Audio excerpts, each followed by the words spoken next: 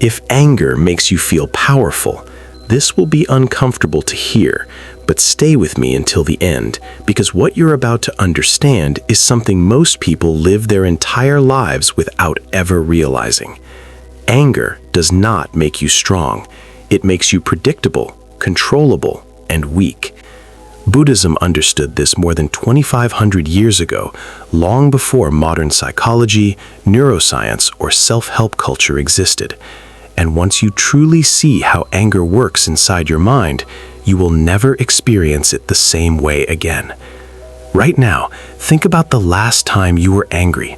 Not mildly annoyed, truly angry. Your heart raced, your thoughts narrowed, your body tensed. In that moment, did you feel free or trapped? Buddhism begins with a brutal honesty. Suffering is not caused by the world, but by how the mind reacts to it. Anger is one of the most destructive reactions because it convinces you that it is justified, necessary, even righteous. The Buddha did not teach that anger is bad in a moral sense. He taught that anger is unskillful, meaning it always produces suffering, first in you, then in others. In Buddhist psychology, anger arises from one root cause: resistance to reality. Something happens that the ego does not want to accept. A person disrespects you. Life feels unfair. Expectations are broken. The mind says, this should not be happening. That single thought creates friction. That friction becomes heat. That heat becomes anger. The Buddha described this as being struck by two arrows. The first arrow is the event itself. The second arrow is your reaction. The first arrow is unavoidable. The second is optional.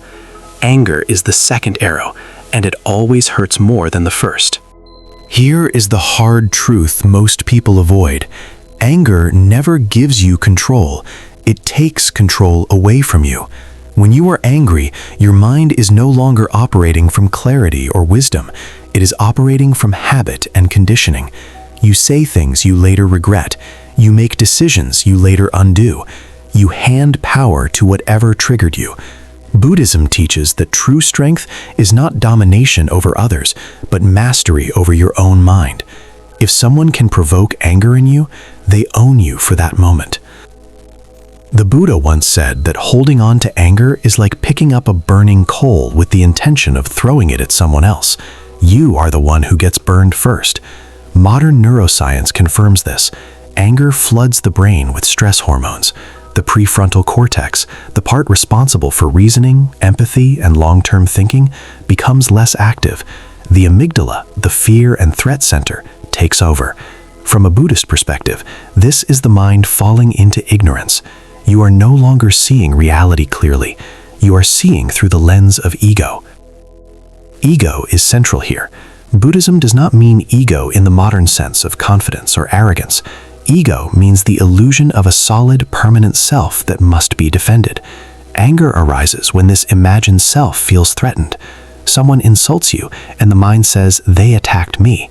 But Buddhism asks a radical question. What exactly is this me? Is it your thoughts? They change constantly. Is it your emotions? They arise and fade. Is it your body? It ages and dies. When you look deeply, there is no fixed self to defend, only processes unfolding. Anger depends on the belief in a self that can be wounded. When that belief weakens, anger loses its fuel. This is why monks living with nothing can remain calm under conditions that would enrage most people. They are not suppressing anger. They have simply removed the false structure that anger needs to survive. Suppression is not Buddhist practice. Suppression creates tension and future explosions. Awareness dissolves anger at its root. The Buddha taught to observe anger the way you would observe a storm. You do not yell at the storm. You do not chase it. You watch it arise, peak, and pass. In doing so, you stop identifying with it. Western culture often glorifies anger. Movies portray rage as strength. Society tells you that if you are not angry, you are weak, passive or submissive. Buddhism directly contradicts this. It says the most dangerous person is not the calm one, but the reactive one. The reactive mind can be manipulated. Advertisers use anger to control attention. Politicians use anger to divide and mobilize. Social media algorithms amplify anger because it keeps you scrolling. From a Buddhist view, anger is one of the easiest ways to enslave a population. Another uncomfortable truth: anger feels good, briefly. It gives the illusion of power. It releases tension. It creates a story where you are right and someone else is wrong. But the pleasure of anger is addictive and short-lived.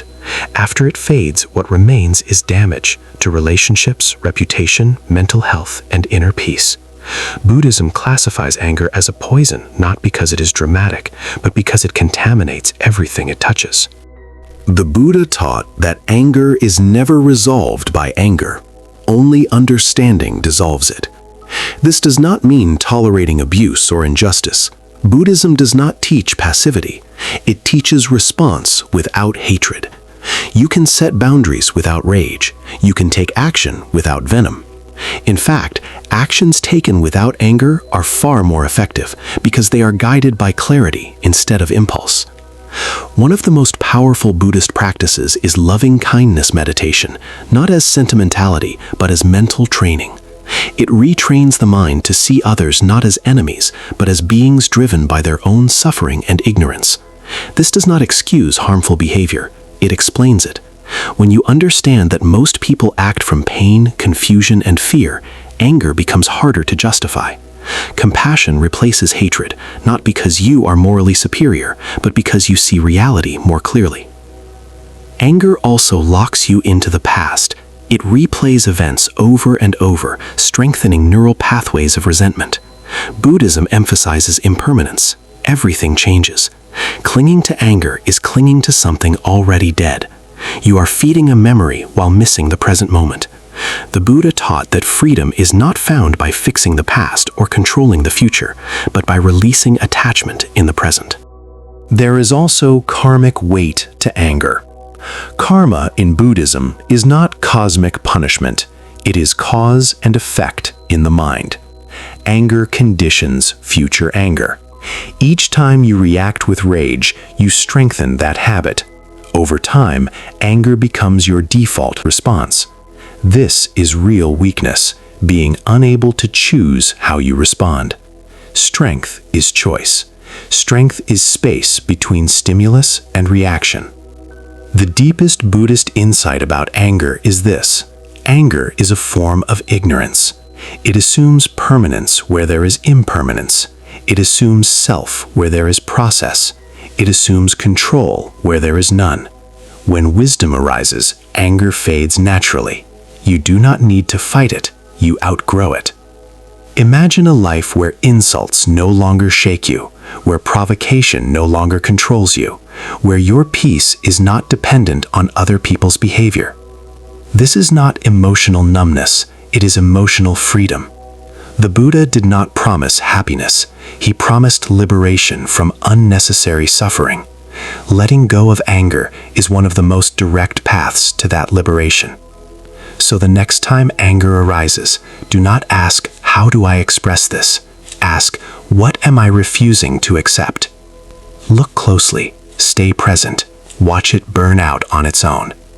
In that moment, you will understand something most people never do. Real power is not loud, reactive, or explosive. Real power is silent, aware, and unshakable.